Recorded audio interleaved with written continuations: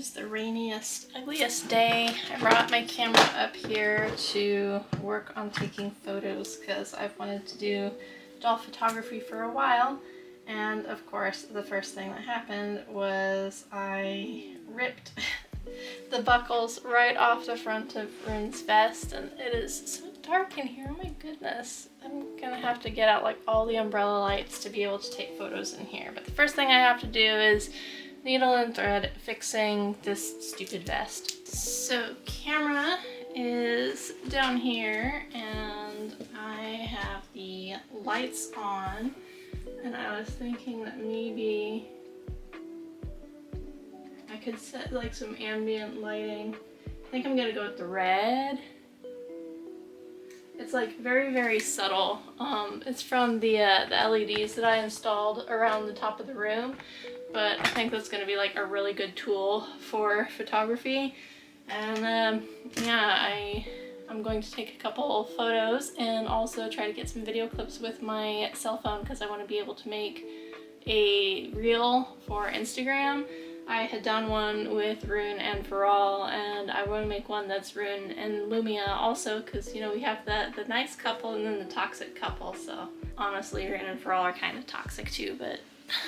Okay, so unexpected problem. For all that it is like really dark and gloomy outside today because it's raining, it is too bright and I am having a really hard time getting my my moody ambient photos here. Like, this is way too bright, and I'm shooting manual now, which is going a little bit better.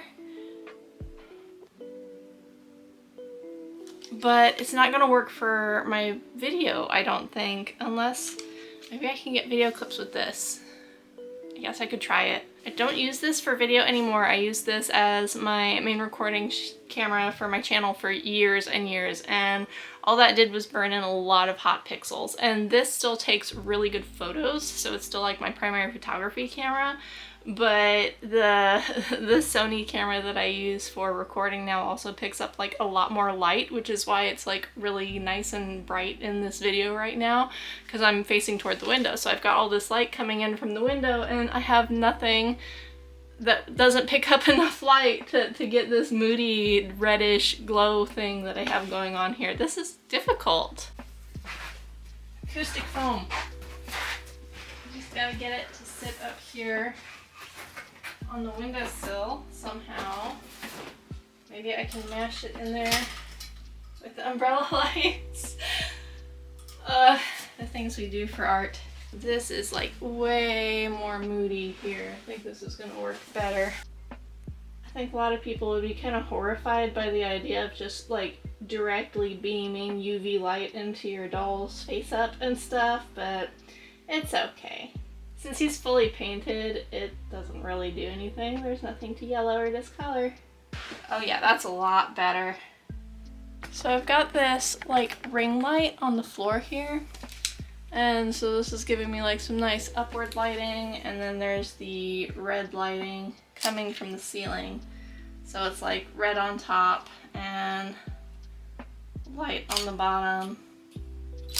My exposure time has to be so long, it's hard to get good shots. Maybe I should have put his red eyes in. I hope I can fix that in post. Oh, that would have been so cool if I had put the red ones in. Why didn't I think of that sooner? Now I need to put them into a different pose now that I've gotten a few photos like that, and I'm trying to figure out the best way to like elevate her like above and behind him. And it's really difficult because it's like he won't kneel very well and she doesn't stand very well on her own, and that's kind of why they're back to back at the moment, because surprisingly, you know, even though he's got like the weird lizard feet and his posture is really strange, he actually stands very well. And Lumia, her hips are so kicky, so her legs are always like shooting forward and it's really hard to get her to stand, so she's leaning against him for support there. And I'm not sure how to get her to stand on her own behind him very well, especially if I need to do something to lower him. So I guess I'm gonna have to grab like some doll boxes or something to kind of prop her up. Okay, so this is Lumia's box, and it's empty, and I'm just gonna see if I can maybe slide it in behind and convince her to stand on top of it. So now we've got her up, and he is supporting her. She's leaning against his back. And so here, kind of the point of this is that, you know, he's like literally her attack dog. So she needs something handled, she sends him. And I think this is going to be the last one that I get with his face visible, and then I'm going to switch to getting some with the mask. Ooh, that's kind of terrifying. Can't use the viewfinder with glasses on. Now, unfortunately, a lot of the time whenever I do a photo shoot like this, it's like I'll take maybe like 100, 150 photos, and I might get like 5 or 6 that look good enough to post. So that's always a little bit disappointing. There's a lot of time that goes into it, and a lot of taking the same photo over and over and over again just to make sure that like the focus is right and the framing is just exactly right and the angle is right. And I don't know, it's very time consuming, but I'm usually happy with it in the end. Hopefully that'll be the case today. Okay, so I think I'm done now, and the responsible thing to do at this moment would be to clean up my photo area, but I'm not going to do that. I know my weaknesses, but also I'm kind of tight on time today, and I really want to take my camera downstairs and see what photos look like. I also took a couple with my Sony camera just to see how different they are. It doesn't give me nearly as much control as the DSLR, but I think I still got some good shots with it. I don't know how it's going to turn out, but it's time for the photo editing. So now it's editing time, and I guess I'm just kind of gonna ramble along here. The first thing I did after I got the photos off my camera was go through and delete everything that was overexposed, too dark to be useful, or too blurry to work with. Then I narrowed it down to a few photos I thought were the best of what I took. I won't use all of them, but I have 11 photos left out of 87. Some of them are a little blurry, so I start editing on those. You can't really fix a blurry photo, but there is some stuff you can do to improve it. My favorite method is duplicating the photo to a new layer, desaturating the layer, then using the high pass filter set to like 3 pixels, and then setting the layer mode to linear light. Then I go in and mask out the parts I didn't want to sharpen, so anything that was already in focus, otherwise it would be too sharp in those places. Almost all the tech I use is really old. I have a legacy license for Photoshop CS 5.5, so that's what I use. It has served me well for like 15 years, so I don't see a need to pay for a subscription now. I edit with a combination of a mouse and my Wacom tablet. It's an Intuos 3, which by tech standards is ancient, but it still works fine. The camera I use for my photos is a Canon T3i that I've had for like 12 years, so I don't feel like having older gear limits you or anything like that. I don't feel limited by older gear, and a lot of this is super cheap now. Anyway, another thing I do while editing is using the spot heal tool to remove hot pixels from the image. When a digital camera gets old, especially DSLRs, they get pixels that stay locked to a certain color. Most of mine are red and white, but like I said, 12-year-old, heavily used camera, so I have a lot of them. The high pass filter can make images really grainy, but by the time you shrink these down to view them on a phone, it won't really matter. And sometimes grain is a stylistic choice too. So my first step is kind of going through and sprucing up these photos a bit to make them a little cleaner. I adjust the brightness or the tone or color balance. Often I just use the auto contrast or auto color tool, and that's enough. I'm going to be putting filters on these with another program before the final step, so I don't spend a lot of time on colors here most of the time.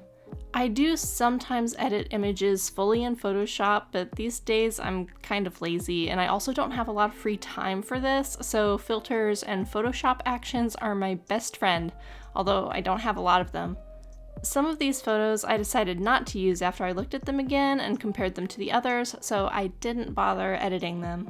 This one with Rune's eyes really glowing is one of my favorites, and it's a shame it's a bit more blurry, but when shooting under the LED lights, that happens. People who are better at photography than me are great with faking the dark and moody photos with editing afterward, but that's one place I'm not super skilled, so I find it easier to use practical effects for my photos and get them as close to what I want in the original raw photos. Plus, it's fun to set up. I'd mentioned wishing I'd put Rune's red eyes in him for this photo, but that's an easy fix in Photoshop using a layer set to color mode, and then I just draw in the red. I also sometimes like adding more of a glow effect around the eyes to capture what it looks like in person. I do this with an overlay layer and add the light that way. It's pretty neat. I also use an overlay layer with white on other doll eyes to make them pop if they don't show very well. Some colors don't overlay well. Purple tends to vanish, so you can play with other layer modes to see if one works better for the colors you want to use. I don't usually use a straight purple for the glow effect because I try to keep in mind that it's casting purplish light onto his very warm complexion. So I pick something that's more pinkish to capture that better.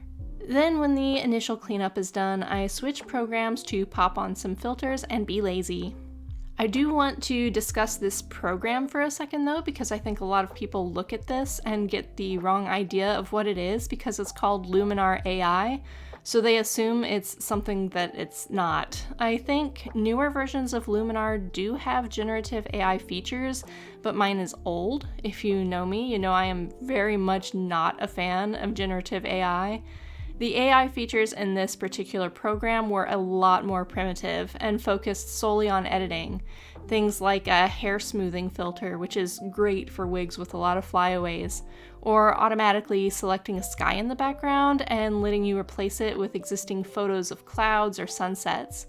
Basically, it's just a bunch of preset filters. Not much different from applying a filter on Instagram or TikTok, really, and maybe even a little less sophisticated than that, because a friend bought me a license for this version of the program back in 2021, and I have never updated it since. I think social media filters have developed a lot since then. Photoshop actions do a lot of the same stuff this program does, and they've been around forever. I don't have a lot of Photoshop actions though. If you're not familiar with them, it's basically like a pre-recorded series of adjustments to change levels or curves or hue and saturation, things like that. So your photos will have the same uniform adjustment steps applied to them every time without you having to go through each step manually. I think a lot of us felt like most AI developments for editing were going to be like this, where it's a tool someone set up that streamlines a process and just makes your work faster, rather than generating things in place of your creativity. You can certainly do all the color grading by hand, but if you can just record it and then save it as a filter that you can apply later, why wouldn't you? I don't always use the same filters, I just kinda pick whatever suits each individual image. You can see on some of these where it thinks the background is a sky, so it's laying a cloud photo over it, and that's about the limit of what this version of the program can do though, and I don't think I've ever used that feature, maybe like once. I do really like the filters, even though I don't have a lot for it, and since I don't always have the time to sit down and thoroughly edit stuff on my own, it's really nice to be able to just quickly apply something and get it posted. I go through a lot of filters for each image, just kind of trying them on, but for the most part I tend to stick within my favorites. It gives my images a little bit of consistency in color and style too.